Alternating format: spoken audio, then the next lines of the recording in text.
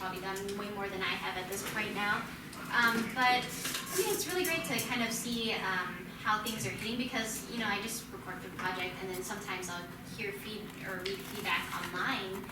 But then, like, actually getting to meet people is so different, especially when you see how excited people are. I'm like, oh, you liked that one obscure thing I was in, like, ages ago? Oh my god, So, it's really cool. And I just like being in con settings because you just kind of get to geek out with other people about the things that you like.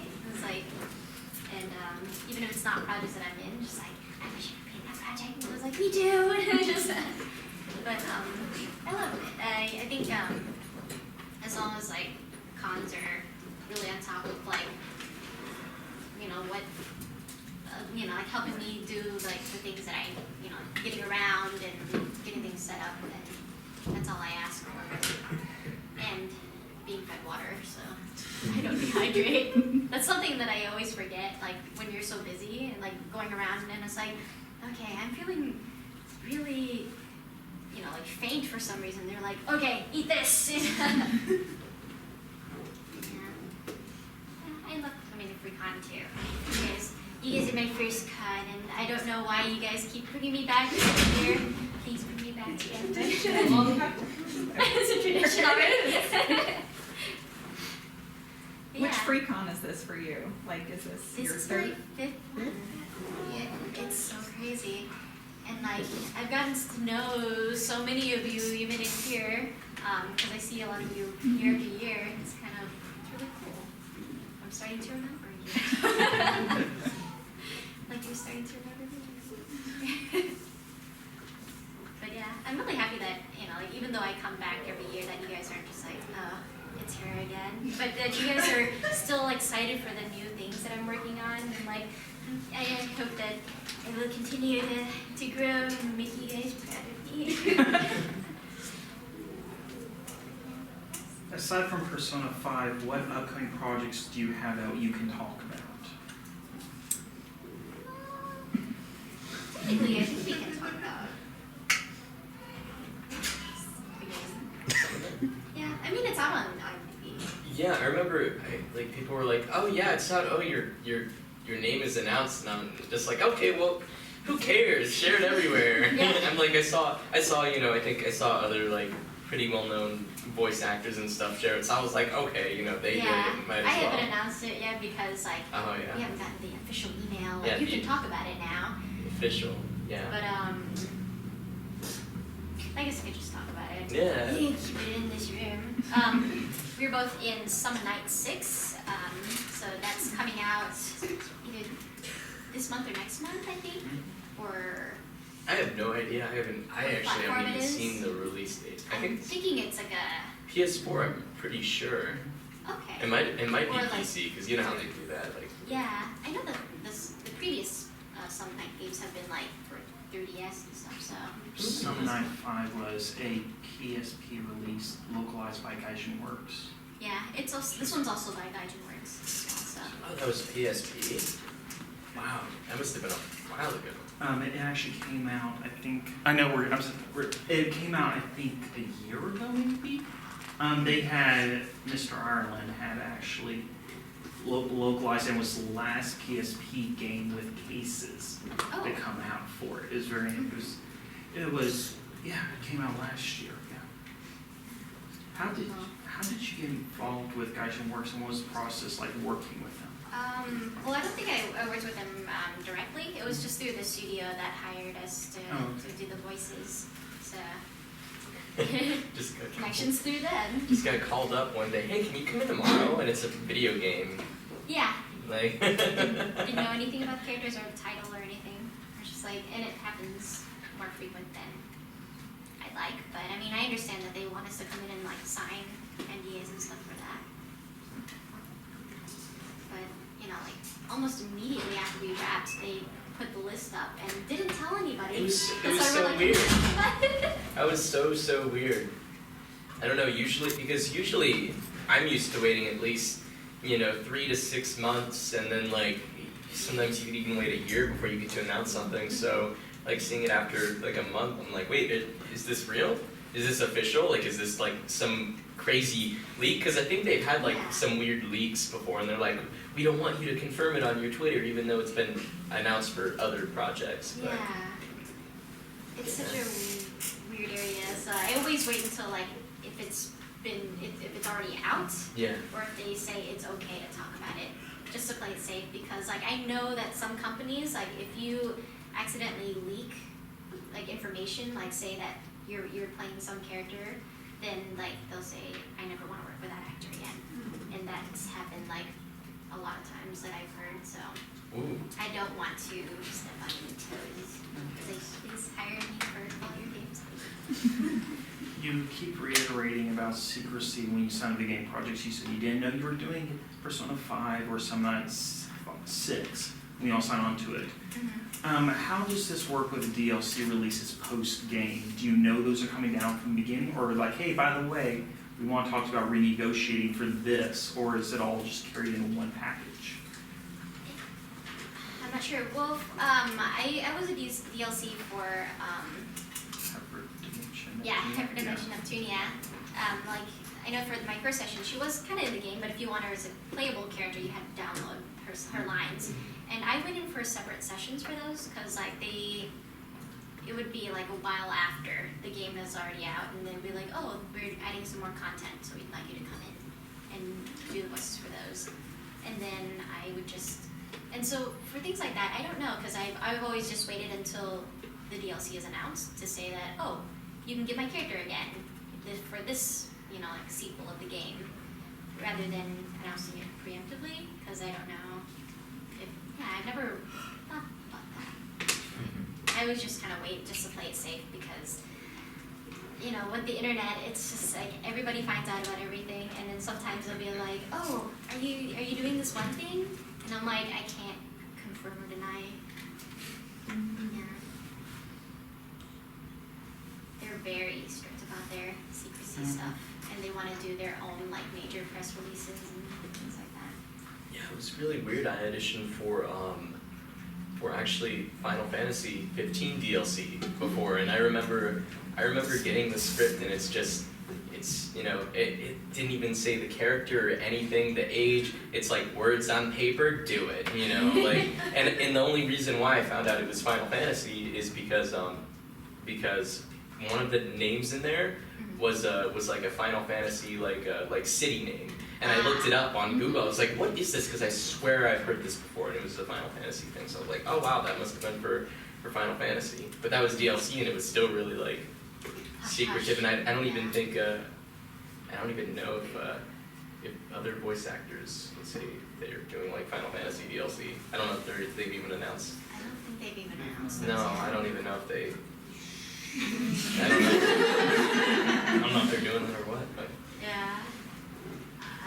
Yeah, I've gotten like other video game auditions, and a lot of times they'll swap out names, or like there won't really be names, or like they won't tell you the name of the title of it, and then later I'll find out what it is. I'm like, oh, I didn't know that I auditioned for like Fallout or like in those games. I mean, I don't think I'm really appropriate for those games, because I'm not like, you know, like a soldier, but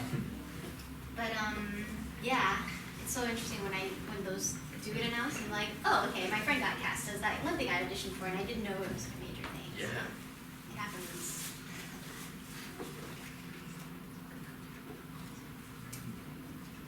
In this one. Yes! Does it have to do with voice acting? What is your favorite app on your phone? Love Lives. I do play Love Live School Idol Project, and Love Live School Idol Project, and Pokemon Go. Pokemon Go is my life. It made me go outside a lot. Like, I think when it first came out, it was the first time I had walked up and down my neighborhood. And then, like, the first time I discovered there were like 4 parks in my area. I thought there was just one. There's these little ones, and there's so many stops here. I could just live here. But yes. What rank are you on Love Lives? So I originally had my original account when they did one of the major updates. I did not save my transfer code, and so I lost it. I was pretty high up there in like 70s or something like that, and so I had to start over. And I don't know what my current level is. Probably like I want to say 50 or something like that. I could be overestimating. That's what I did. But yeah, that game, I've squandered away many an hour of my life into that. Yes. So we're your best girls, like at least for Aqua, you know? We're gonna assume who it is. Well, of course. Now, I'm so bad that I don't remember their names. But for Accords, I really liked the girl with the red hair that's like the musician. Rika. Rika. Yes. She's my best girl.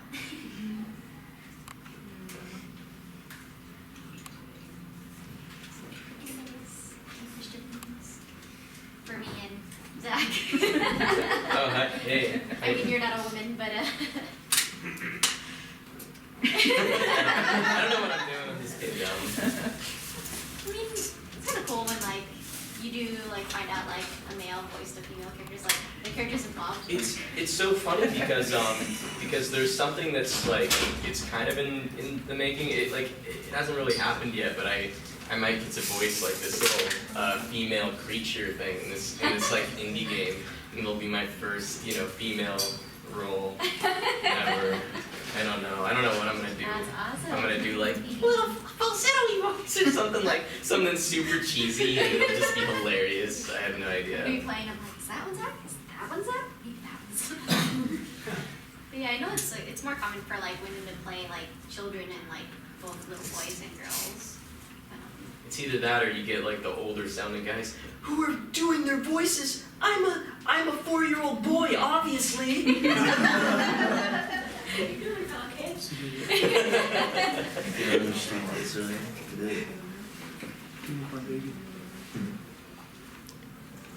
So who's been your favorite person to work with, as far as actor? Well, I don't really get to see the other actors in the booth. I don't really get to work together with them, which is really unfortunate. Because it's kind of cool when you do get the chance to like see the other people work.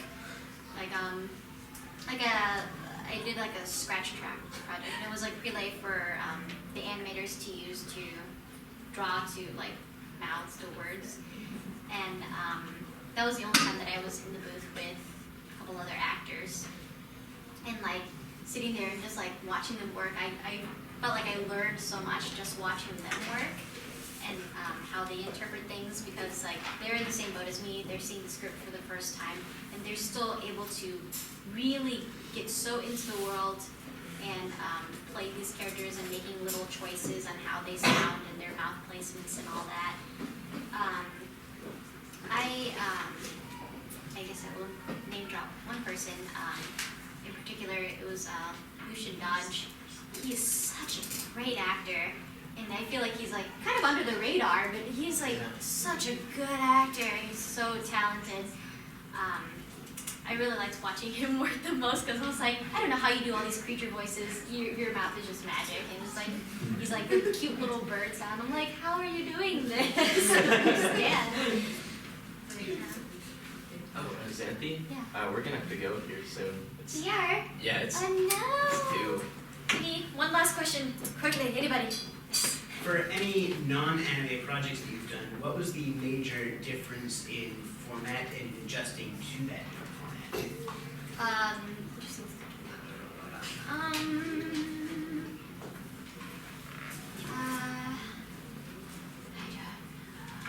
Like I know Christina, did Miraculous Ladybug and stuff, and I don't know. I think their process of dubbing, because she posted like a video on like Facebook or Twitter or something, and she said like their dubbing process is a lot different.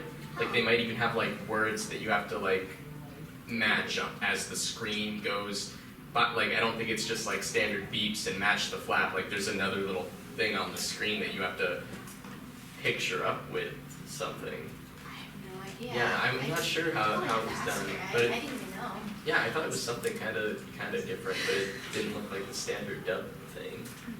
But I don't know, everything for the most part seems pretty standard, like with either like the 3 Yeah. beeps or the 1 beep or just even no beeps. Like okay, action, we're rolling. Yeah. Yeah. It kind of depends, like, I don't know if it's like a difference between like the different styles of voiceover, but in particular, like some directors just have different ways they like to bring things out of the actor. Like I know when I worked with Wendy Lee, she would often have me just say things wild, like, and I didn't have to go to the beeps and try to match the mouth flaps. She just wanted to get me to like that actual state of emotion for the character, and then try to see if it would fit. And she would like try to move it over, and then she was like, okay, this is our the take that we really want to get in there. Could you try to just match this tonality and match it to the flaps and do it that way? Or I worked with Patrick Seitz, and he'll try to see if like instead of going line by line, you'll see, oh, it looks like it'll be better if we just did all 3 of these lines together, just so it flows better, more naturally. And so he'll have me just kind of say the first line and then like watch and then wait and then like continue on to my next line, so that I would stay in the moment rather than breaking it up into like little moments. I guess so, each one you just have different challenges and you just kind of have to, accommodate. Anyways, thank you all so much for